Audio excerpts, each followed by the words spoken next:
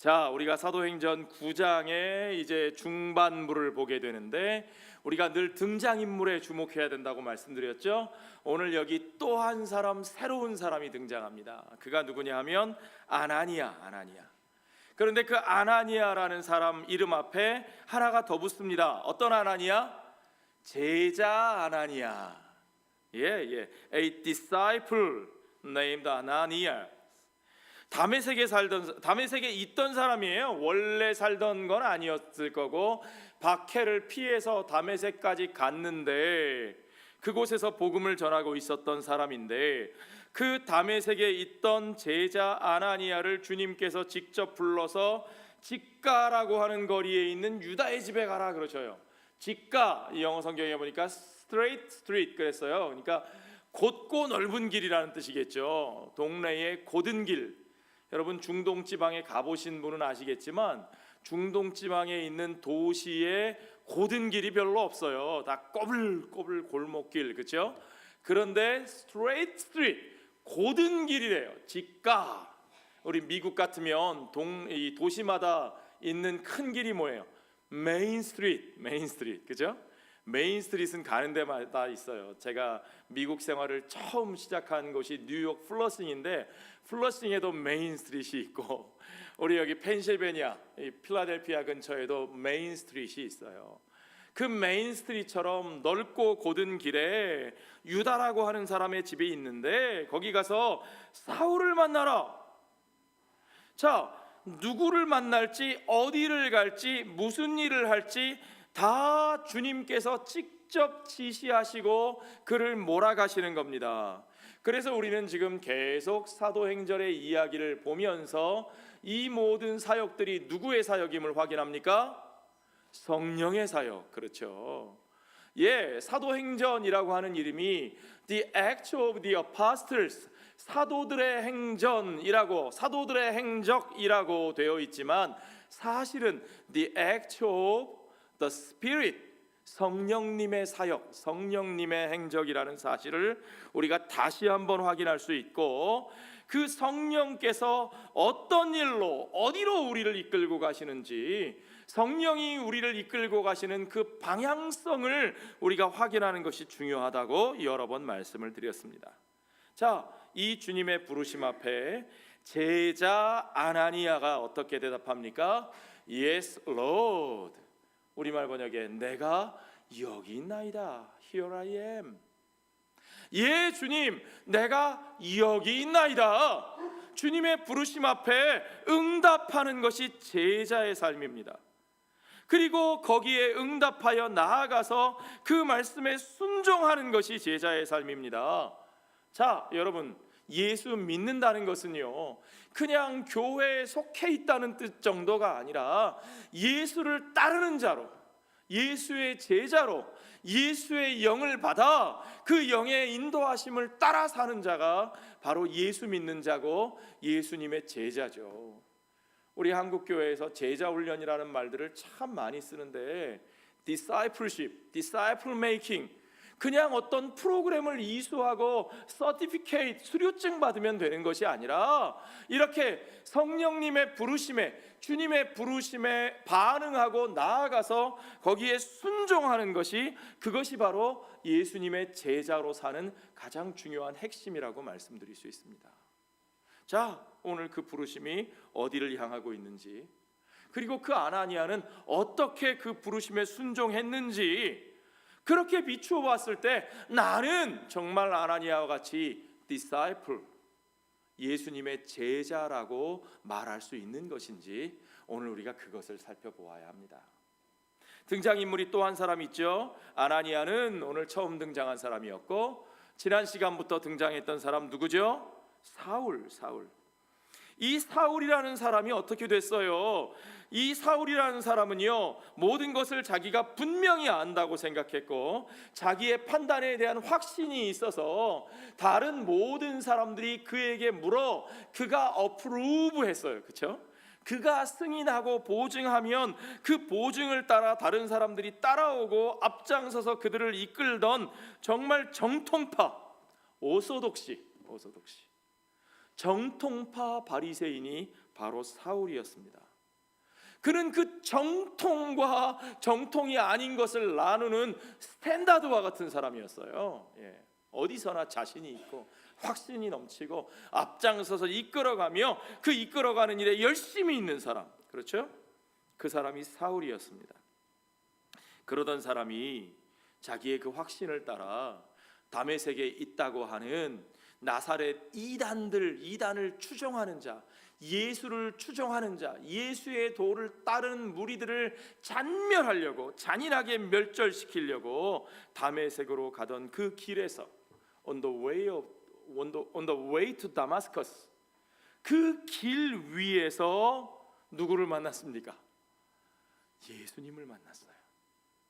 그 황홀한 빛 가운데서 분명히 주님의 임재라고 믿을 수밖에 없는 그 빛 가운데 그의 음성을 들었는데 그의 첫 마디가 Who are you, Lord?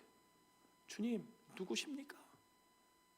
아니, 주님이 누구시냐니요. 자기 이름으로, 자기 입으로 주님 그래놓고 누구시냐니요.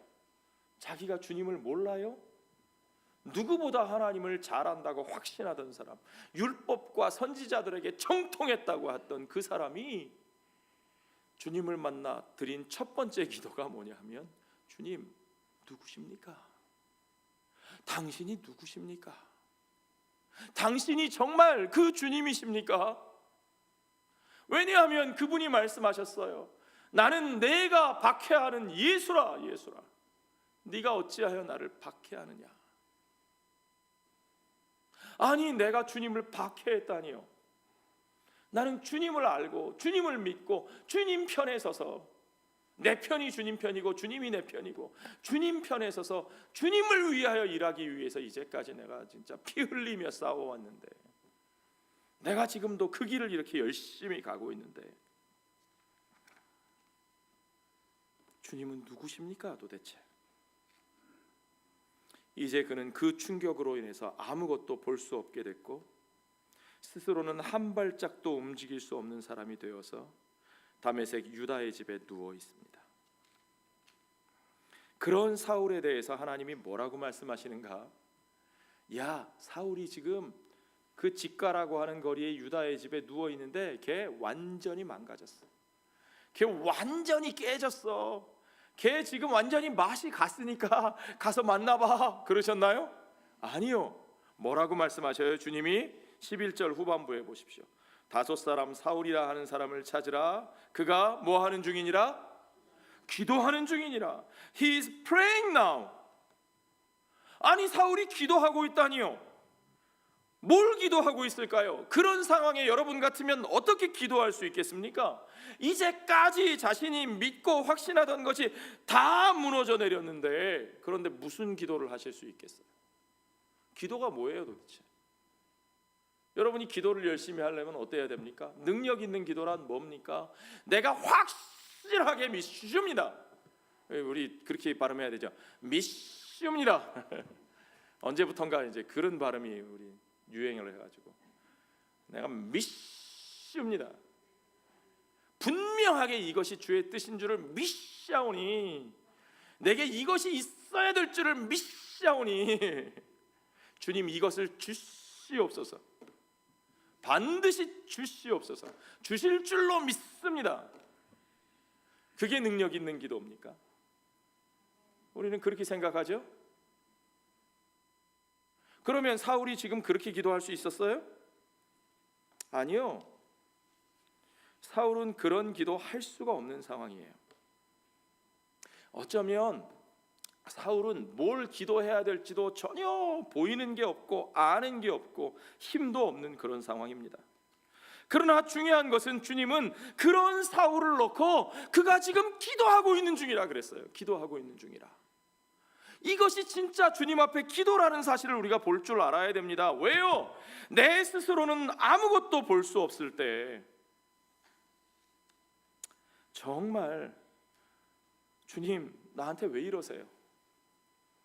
이게 어찌 된 일입니까 도대체? 내가 이걸 어떻게 이해해야 되고 내가 뭘 보고 뭘 따라가야 됩니까? 어디로 가야 됩니까? 아무것도 할 수 없을 때, 그때에 정말 주님 앞에 정직하게 내려놓고 주님이 왜 이렇게 하시는지, 뭘 내가 알기를 원하시는지, 내가 어디로 가야 하는지, 그것을 정말 주님 앞에 정직하게 물어볼 수 있을 때, 그때에 우리는 진짜 기도하는 사람으로 주님 앞에 선다는 사실을 여러분 믿으시기 바랍니다. 그게 기도예요. 기도는 열어놓고 기도하는 거예요. 주님의 뜻에 내 귀를 열고 내 마음을 열고 내 것을 내려놓을 때 기도가 드려지는 거예요.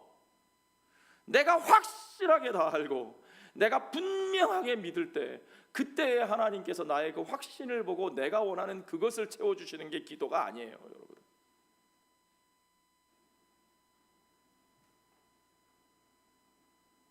위로부터 주시는 진짜 하나님의 뜻과 만나게 되는 기도. 사울은 바로 지금 이 상황 속에서 그러한 기도를 드리고 있다고 저는 믿습니다. 그리고 바로 그 기도가 저와 여러분에게도 언제나 필요한 것을 여러분 믿으시기 바랍니다. 12절에 보니까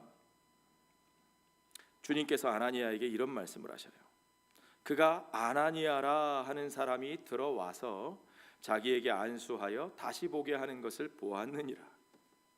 지금 주님이 아나니아에게 하시는 말씀이에요.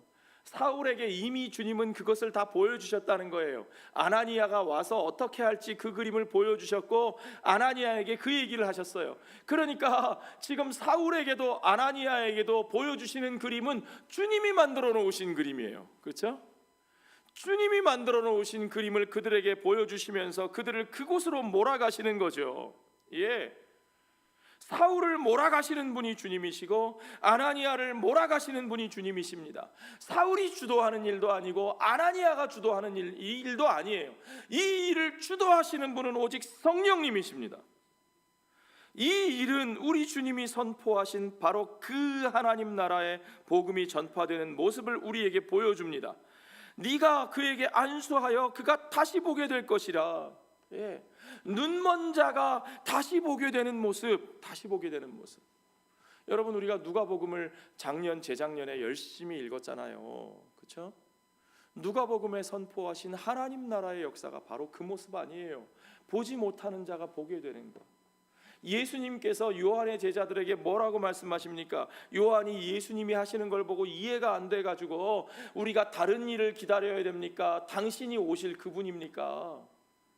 예수님이 그 제자들에게, 요한의 제자들에게 말씀하시기를 누가복음 7장 22절에서 예수께서 대답하여 이르시되 너희가 가서 보고 들은 것을 요한에게 알리되. 어떻게 보고 들었어요? 뭘 보고 들었어요? 맹인이 보며 못 걷는 사람이 걸으며 나병 환자가 깨끗함을 받으며 귀먹은 사람이 들으며 죽은 자가 살아나며 가난한 자에게 복음이 전파된다. 아멘. 이것이 하나님 나라의 역사임을 믿으시기 바랍니다. 이것이 하나님 나라가 우리에게 전해지는 모습인 것을 여러분 믿으셔야 합니다.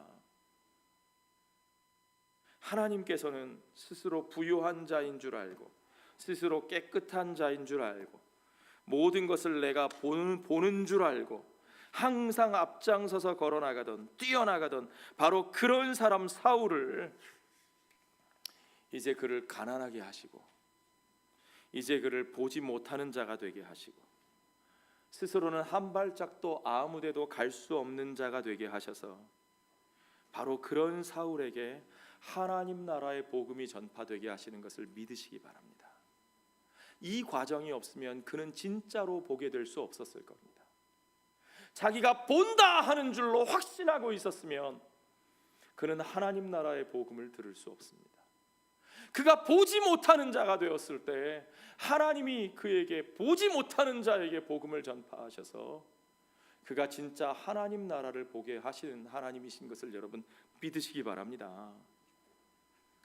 주님은 그 복음이 전파되기에 합당한 모습으로 그를 준비시키셨어요. 그렇게 하나님은 그 복음이 그 모든 이들에게 전파되게 하시는 겁니다. 그들이 어떤 자들이든지 간에 우리가 보기엔 잘났다고 교만해서 전혀 복음을 받을 것 같지 않은 사람이라도 또 우리가 생각하기엔 저 사람은 정말 깨지고 망가지고 한심해서 더러워서 절망적이어서 우리가 무엇을 해도 아무 희망이 없을 것 같은 사람이어도 주님은 그렇게 그를 가난한 자로, 보지 못하는 자로, 연약하여 걷지 못하는 자로, 그리하여 그가 하나님 나라의 복음을 듣는 자로 인도하시는 것을 여러분 믿으시기 바랍니다. 아나니아가 이 사울에 대해서 알았을까요? 몰랐을까요? 알았죠. 사울이 일으킨 그 박해 때문에 피해서 다메섹까지 간 사람인데 그 사울의 그 악명을 몰랐겠습니까? 그 악명 높은 사울에게 가라고 하시니까 얼마나 황당해요. 그러니까 아나니아가 이렇게 대답합니다. 주여, 이 사람에 대하여 내가 여러 사람에게 듣사온즉 이미 그 평판이 내게 들려 있습니다. 그가 예루살렘에서 주의 성도에게 적지 않은 해를 끼쳤다 하더니 여기서도 주의 이름을 부르는 모든 사람을 결박할 권한을 대제사장들에게서 받았나이다. 그가 여기 왜 오는지까지 내가 다 압니다. 어떻게 그런데 그 사람에게 가요? 아나니아만 이런 걱정을 했던 것은 아닙니다. 사실은 당시에 예수 믿는 사람들은 다 너무나 당연히 그런 걱정을 가지고 있었고 그 두려움이 있었고 당연히 그렇게 반응했어요. 이게 상식입니다. 이게 합리적인 거예요. 그렇죠? 그러나 주님은 상식과 합리적인 판단대로 하는 것이 주님의 길이라고 말씀하신 적이 없습니다. 사도행전 9장 26절에 보니까 사울이 예루살렘에 가서, 이건 사울이 이제 회심하고요, 세례 받고요, 그리고 나서 예루살렘에 있는 제자들과 교제를 하려고 예루살렘에 가서 제자들을 사귀고자 하니 어떻게 했다고요? 다 두려워하여 그가 제자됨을 믿지 아니하니. 내가 너를 어떻게 믿어? 네가 어떻게 했는데 내가 너를 어떻게 믿어? 과거에 네가 이랬고 과거에 네가 이랬고 과거에 네가 이랬는데 내가 어떻게 믿어? 여러분 항상 그렇죠? 우리에게 그 과거가 발목을 잡습니다. 예, 우리가 서로 받았던 상처들이 우리가 화해하는 데 발목을 잡습니다. 하나님이 성령이 우리를 몰아가시는 그 길로 우리가 나아가지 못하도록 우리를 두려움으로 붙잡아 두는 거죠. 그러나 하나님이 분명히 자신의 뜻을 아나니아에게 드러내셨고요, 그 뜻을 확인한 아나니아는 누구였다고요? 그 사람은 제자 아나니아. 제자 아나니아. 예수의 제자였던 아나니아. 그냥 교회에 휩쓸려 다니는 사람이 아니라 예수의 제자, 예수를 따르는 사람 아나니아는 기꺼이 주님의 뜻을 따라 그 사울을 찾아가고 그에게 안수하고 그를 향하여 심지어는 뭐라고 부릅니까? 오늘 본문의 17절을 먼저 볼까요? 아나니아가 떠나 그 집에 들어가서 그에게 안수하여 이르되, 누구야? 형제 사울아, 형제 사울아, Brother Saul. 여러분 같으면 이 말이 나오겠어요? 여러분 구약의 선지자 요나를 생각해 보십시오. 요나가 하나님이 가라는 대로 가기 싫어서, 니느웨 사람들이 싫어서 미워서 정말 하나님을 피해서 저 니느웨로 가라고 하시는데 다시스로 가려고 배 타고 땅끝으로 도망가다가 그 배를 하나님이 뒤집으셔서 그를 물고기 뱃속에 집어넣으시고는 그 물고기가 토해내서 니느웨로 가게 하시는데 거기 가서도 요나는 저것들이 싹 심판의 불길에 죽어야 내 속이 편한데 내가 저들에게 왜 하나님의 메시지를 전해야 돼? 어쩔 수 없이 강권하시니까 순종하고도 그 뒤로도 그들이 정말 회개하고 구원받으니까 그것이 속이 상해서 하나님 앞에 속상해. 하나님 왜 이렇게 하십니까? 이게 정입니까? 이게 옳은 일입니까? 하나님 앞에 항의했던 그 요나를 생각해 보십시오. 그러나 예수의 사람은 다릅니다. 예수 안에서 드러난 하나님의 이야기를 들은 사람은 다릅니다. 그 모든 모세의 율법과 선지자의 글과 시편에 가리켜 말씀하신 하나님의 뜻이 예수 안에서, 십자가에서 피 흘리신 예수 안에서 죄인들을 위하여 이 땅에 오시고, 그 죄인을 위하여 친히 고난을 받으시고, 죄인을 위하여 피를 흘리시고, 그들과 하나님 사이에 화해의 길을 열으신 그 예수 안에서 이제 그 예수 그리스도의 아버지이신 하나님께서 이제 그 모든 백성들을, 유대인과 이방인과 그 모든 땅 끝에서 오는 자들까지 그 모든 이들을 화해의 길로 부르시고 예수의 피로 그들을 용서하시고 그들이 하나님의 권속으로 하나 되게 하시는 그 역사가, 그것이 바로 하나님의 뜻임을 알았을 때에 이제 그는 예수의 영이 강권하시는, 하나님의 뜻이 분명하게 말씀하시는 그 길로 순종하여 나아갈 수밖에 없었고, 그냥 나아가는 것이 아니고 인상 쓰고 억지로 하는 것이 아니고 형제 사오라, 형제 사오라. 그렇습니다, 주님. 그가 내 형제입니다. 당신이 내 형제입니다. 그토록 우리를 핍박하고 그토록 우리를 모질게 잔악하게 박해하던 당신이지만, 그러나 당신을 구원하시는 것이 하나님의 뜻이고, 하나님의 용서와 화해의 은혜는 우리에게뿐만 아니라 당신에게도 주어진 것이고, 이제 우리는 그러므로 그 주님 안에서, en Cristo, in Christ, 바로 그 주님 안에서 우리는 당신을 형제라고 부를 수 있습니다.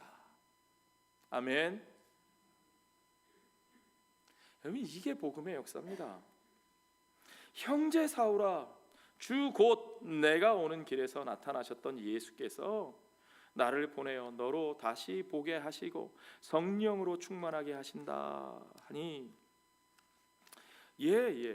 여기서 아나니아는 사울에게 어떤 일이 벌어질지 이야기하면서 내가 무엇을 하고 있다고 한마디도 하지 않습니다.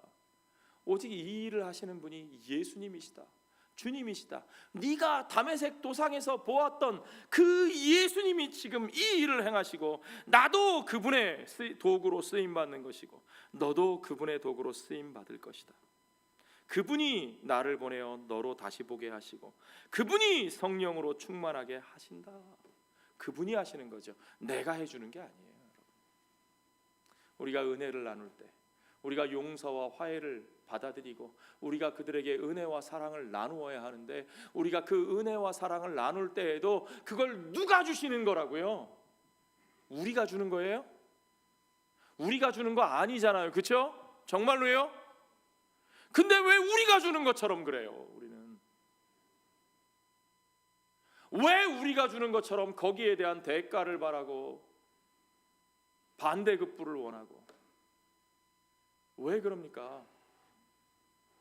아니요, 성령이 하시는 일은 그렇지 않습니다. 우리가 시혜를 베푸는 게 아니에요. 오직 주님이 우리에게 역사하신 것처럼 그들에게도 역사하시는 것을 믿으시기 바랍니다. 우리는 그 일에 쓰임받는 도구인 것을 믿으시기 바랍니다. 사도행전에 이와 같이 두려움을 이긴 화해의 선포자가 또 한 사람 등장합니다. 그가 누굴까요? 바나바. 위로의 사람 바나바. 오늘 우리가 다 읽진 않았지만 9장 26절로 31절 말씀을 지금 한번 읽어보죠. 같이 읽어봅시다. 사울이 예루살렘에 가서 제자들을 사귀고자 하나 다 두려워하여 그가 제자됨을 믿지 아니하니, 바나바가 데리고 사도들에게 가서 그가 길에서 어떻게 주를 보았는지와 주께서 그에게 말씀하신 일과 다메섹에서 그가 어떻게 예수의 이름으로 담대히 말하였는지를 전하니라. 사울이 제자들과 함께 있어 예루살렘에 출입하며 또 주 예수의 이름으로 담대히 말하고 헬라파 유대인들과 함께 말하며 변론하니, 그 사람들이 죽이려고 힘쓰거늘 형제들이 알고 가이사랴로 데리고 내려가서 다소로 보내니라. 그리하여 온 유대와 갈릴리와 사마리아 교회가 평안하여 든든히 서가고 주를 경외함으로 성령의 위로로 진행하여 수가 더 많아지니라. 아멘. 아멘. 다른 사람들이 다 두려워하여 그를 믿지 못하고 있을 때, 받아들이기를 꺼려하고 있을 때에 그의 손을 내밀어 붙잡아 그와 함께 그들 가운데 들어가서 그를 위해 말해주는 자가 있습니다. 그가 바나바입니다. 그 화해의 역사를 이루는 사람이 있습니다. 주님이 그런 사람을 쓰십니다. 바나바는 그냥 바울을 그렇게 보증해 준 것뿐만 아니라 그와 함께 파송을 받아서 그 하나님의 복음을 전하는, 이방 땅의 복음을 전하는 사역에 바울과 함께 파송을 받은 동행인이 됩니다. 하나님이 하시는 놀라운 역사를 보십시오. 이렇게 도저히 우리가 믿을 수 없고 받아들일 수 없었던 그 사람을 받아들이는 과정을 통해서 어떤 일이 일어납니까? 온 유대와 갈릴리와 사마리아 교회가, 온 교회들이 평안하여 든든히 서가는 거예요. 주를 경외함으로 성령의 위로로 진행해, 우리의 생각으로 진행하는 것이 아니라 우리의 사상과 이념과 계산과 경험과 판단을 따라 진행하는 것이 아니라 성령의 위로로, 성령이 인도하시는 길을 따라 거기에 순종하여서 주님께서 그 수가 더 많아지게 하시는 겁니다. 여러분, 교회 성장은 어떻게 이루어지는 줄 아세요? 무슨 사람들 막 불러다가 뭐 하다가 선물 준다고 뭐 한다고. 옛날에 한국에, 옛날도 아니죠, 어떤 교회에서는 총동원 전도 집회 그러놓고 제일 많이 데려온 사람은 승용차 한 대, 어떤 때는 제주도 여행권, 찾아온 사람들은 쌀 한 자루씩 다 그런다고 교회가 늘어나는 게 아니고, 아니 교회의 숫자는 늘어날지 모르지만 그러나 주님의 제자들이 늘어나는 것이 아니고 성령의 인도하심을 따라 성령이 지시하시는 방향대로 우리가 불편한 사람이라도, 우리가 함께하기 어려운 사람이라도, 때로 우리가 두려울 수밖에 없는 그런 사람일지라도 그와 함께 그를 받아들여 그가 우리의 형제가 되고 그가 우리의 자매가 되고 그가 하나님의 가족이 되어 그렇게 우리 안에 역사하시는 성령의 역사를 우리가 체험하게 될 때에, 그러할 때에 하나님의 교회가 자라고 우리의 사랑의 그릇만큼 하나님의 교회가 자라고 또한 하나님의 나라가 커지는 것을 여러분 믿으시기 바랍니다. 하나님 나라의 부흥은 성령의 방향에 순종할 때 일어나는 겁니다.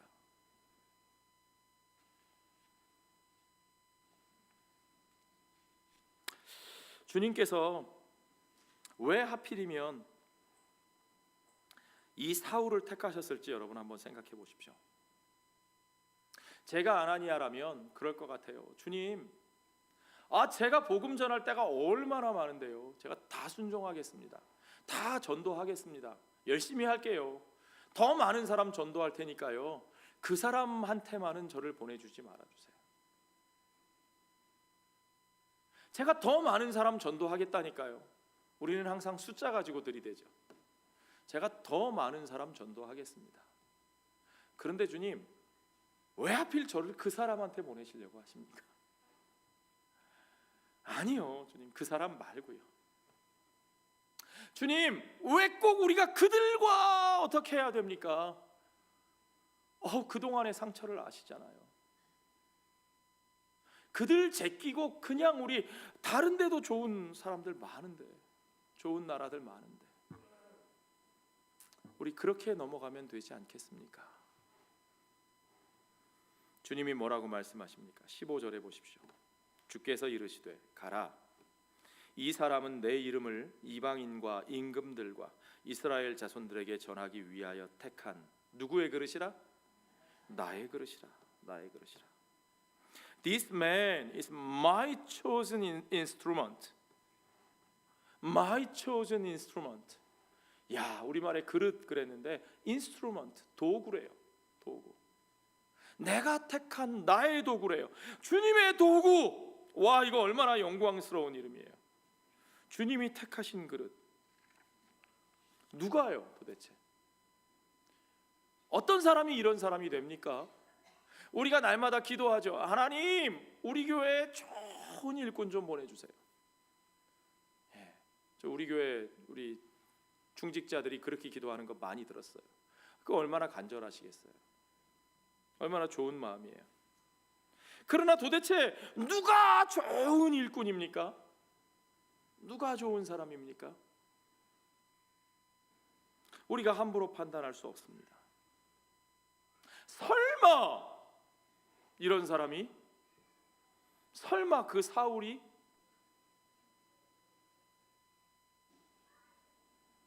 그런데 주님은 바로 그런 사람을 택하여 사용하셨습니다. 왜 그러셨을까요? 왜 하필이면? 주님의 의도를 우리는 여기서 분명하게 보아야 합니다. 이 사람은 내 이름을 이방인과 임금들과 이스라엘 자손들에게 전하기 위해 내가 직접 선택한 그릇이야. 왜 이 사람이 이방인과 임금들과 이스라엘 자손들에게 복음을 전하기에 최적화된 사람일까요? 왜요? 그는 하나님의 뜻을 오해한 이스라엘 백성들 가운데 가장 확실하게 오해하고 있었던 사람이죠. 하나님이 우리의 원수를 몽땅 다 치실 것이다. 몽땅 다 갚아주실 것이다. 하나님이 우리를 높이시고 저들을 우리의 발밑에 두실 것이다. 우리만 하나님의 백성이고 저들은 다 버림받을 자들이다. 그러므로 저 십자가에 달려 저주받은 자의 모습으로 죽은 저 예수, 저 자는 결코 하나님의 메시아일 수 없다.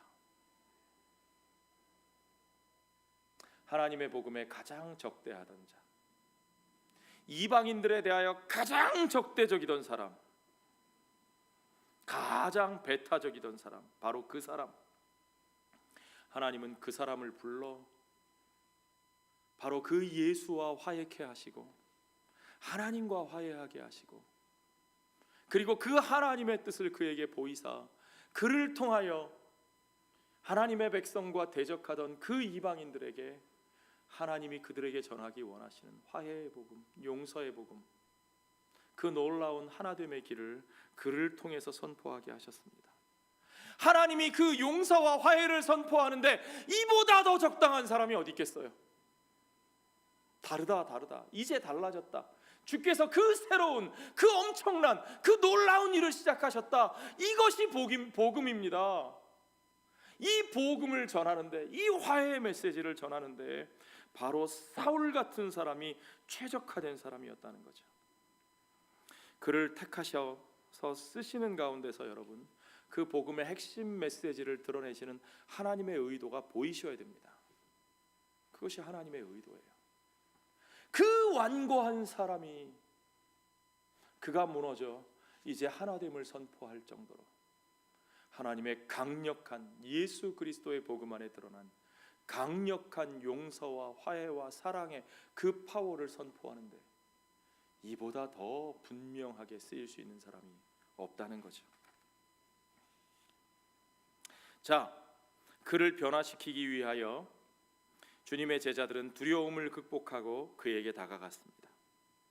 그 두려움을 극복한 화해자들을 통하여 사울을 품으신 하나님은 그 사울 자신을 또한 이 화해의 복음을 전하는 화해의 메신저로 사용하십니다. 아멘. 우리 주님 자신이 바로 그 화해의 메신저로 십자가에 달려서 돌아가셨기 때문에 주님은 바로 그 화해의 메신저로 그 사람들을 사용하십니다. 그리고 이제 그 화해의 메신저로 쓰임받는 그 사람들 앞에 놓여있는 그 길은 어떤 길일까요? 주님이 인도하신 길이니까 주님이 오죽 잘하시겠어. 이제 우리에게는 쫙 꽃놀이패가 열린 거지. 다 잘 될 거야. 그럴까요? 아니요. 전혀 그렇지 않습니다. 이제 어쨌든 손을 잡았으니까 다 잘 될 거야. 그럴까요? 아니요. 전혀 그렇지 않습니다. 화해의 길은 그렇게 간단하고 쉬운 길이 아닙니다. 그 화해의 메신저로 나아가는 삶의 길은 결국은 그 예수의 이름을 위하여 화해의 메신저로 오셔서 피 흘리신 예수 그리스도처럼 그 예수께서 피 흘리신 그 자리에서 바로 그의 메시지를 증거하며 그와 함께 피를 흘리는 바로 그 고난을 받는 것입니다. 그 이름을 위하여 고난을 받는 자로 우리가 나아가는 거죠. 16절에 보십시오. 그가 내 이름을 위하여 얼마나 고난을 받아야 할 것을 내가 그에게 보이리라. I will show him how much he must suffer for my name. How much he must suffer. May be suffered가 아니고 he must suffer.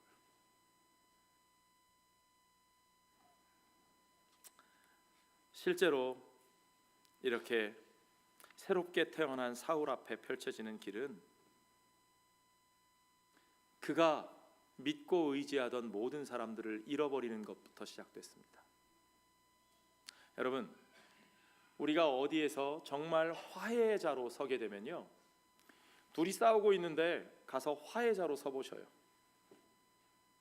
그러면 이 사람들이 서로 죽을 듯이 싸우다가 내가 화해자로 서니까 나를 반가워하고 좋아하고 나에게 무슨 얘기를 하고 그럴까요? 그럼 얼마나 좋겠어요. 천만에요. 죽을 듯이 싸우는 양편 사이에 화해자로 서면요, 양쪽에서 다 미움을 받습니다. 경험해 보신 분 화해자로 서보신 적이 없으신가요? 양쪽에서 다 미움을 받습니다. 양쪽에서 다 버림을 받습니다. 좌와 우가 극단적으로 싸울 때 거기서 화해자로 서보십시오. 좌쪽에서는 그 우라 그러고 우쪽에서는 좌라 그러고 양쪽에서 다 욕을 먹습니다. 양쪽에서 다 버림을 받습니다.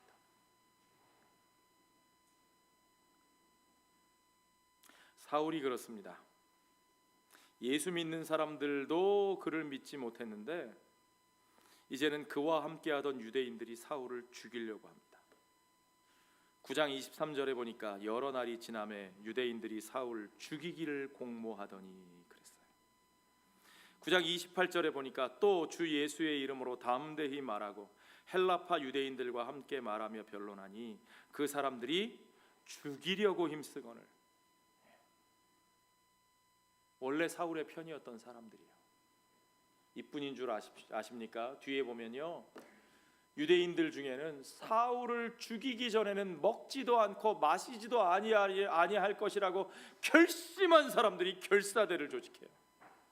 세상에 그런 사람들이 다 있어요. 그래가지고 편하게 다리 뻗고 잠 잘 수 있겠습니까? 화해의 메신저로 산다는 것은 그런 일이에요. 복음을 위해 산다는 것은 그런 일일 수 있습니다. 그러나 우리는 그것이 우리에게 생명 주신 주님이 우리를 위해 걸어가신 그 길이기에, 주님이 우리를 그 길로 부르셨기에 우리는 기꺼이 그 길로 가는 사람들입니다. 그것이 성령의 인도하심에 순종하는 제자의 모습이거든요. 우리는 정말 제자입니까? 우리는 어느 길로 가려고 합니까? 우리는 어느 길을 선택합니까?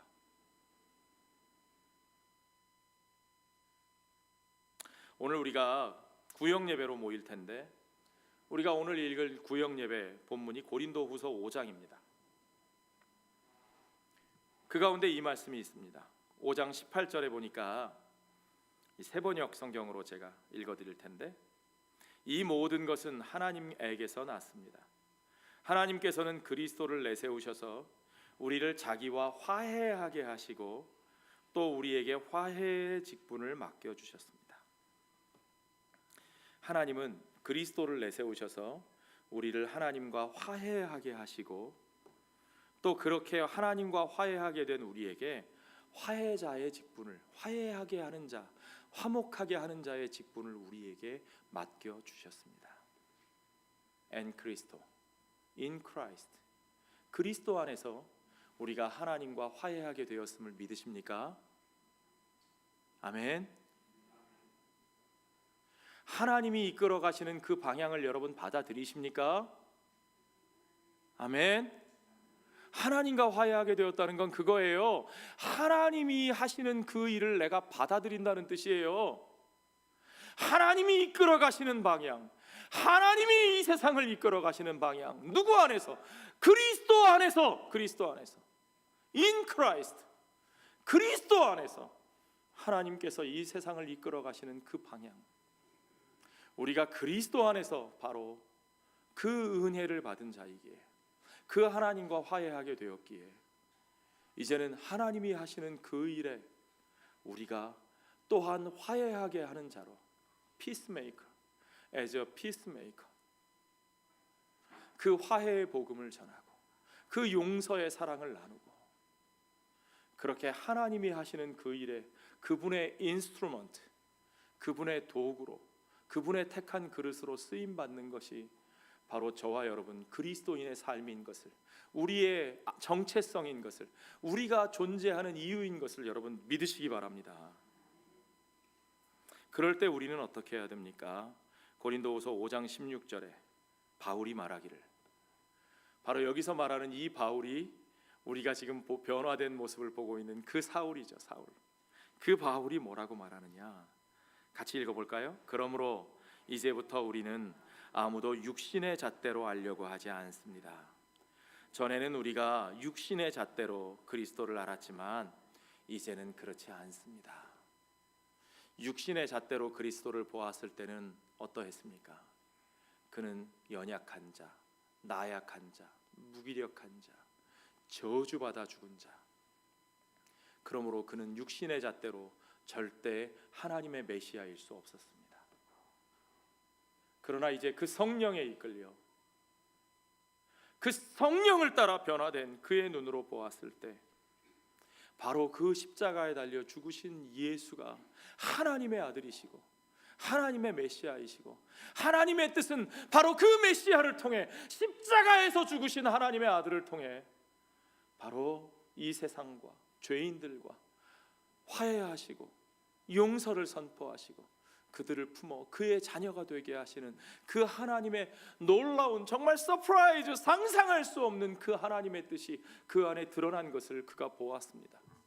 그리고 그 뜻이 그의 나라를 통해서 이루어져 가는 것이 이 세상 역사의 방향인 것을 믿습니다. 그리고 나를 택하신 그분이 나를 그 역사의 방향을 위하여 나를 쓰시는 것이 그분의 뜻입니다. 그것이 우리의 부르심이고, 그것이 우리의 미션이고, 그것이 우리가 살아가는 이유입니다.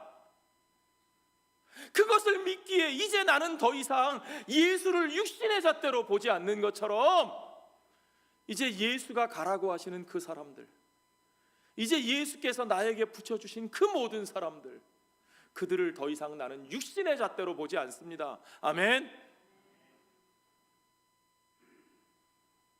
화해자로 부르심을 받은 저와 여러분, 우리가 누구도 육신의 잣대로 그들을 보지 맙시다. 오직 성령의 눈으로, 오직 예수 그리스도의 눈으로, 오직 우리를 위하여 기꺼이 피 흘리신 그 하나님 아버지의 마음으로 그들을 바라보며 그들에게 다가가 그들을 품고 그들에게 용서와 화해를 선포하며 그들을 내 형제라, 내 자매라, 내 가족이라, 우리 앞에 있는 모든 두려움을 이기고 그들에게 손 내밀어 그들을 품어 그들과 함께 이 길을 가는, 그래서 하나님의 나라를 진정으로 확장하며 그 영적 부흥의 길을 체험하는 저와 여러분, 우리들의 교회, 또한 우리들의 민족 공동체, 우리가 사는 이 나라가 되기를 주의 이름으로 축원합니다. 기도하겠습니다. 아버지 하나님 감사합니다. 이 놀라운 하나님의 뜻, 성령의 역사에 참으로 온전히 응답하며 순종하며 귀한 하나님의 택한 도구로 쓰임받는 우리들의 삶이 되게 하여 주시옵소서.